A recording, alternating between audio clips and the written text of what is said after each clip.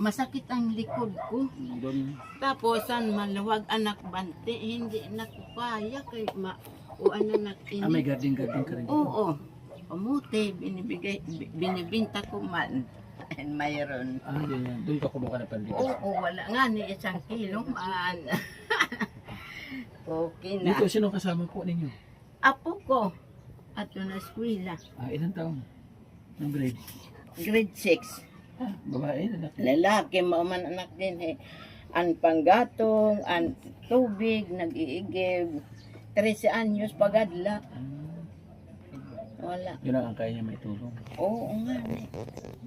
Basta yung buhay na nangyari. Ay, kay, wala, dito naman.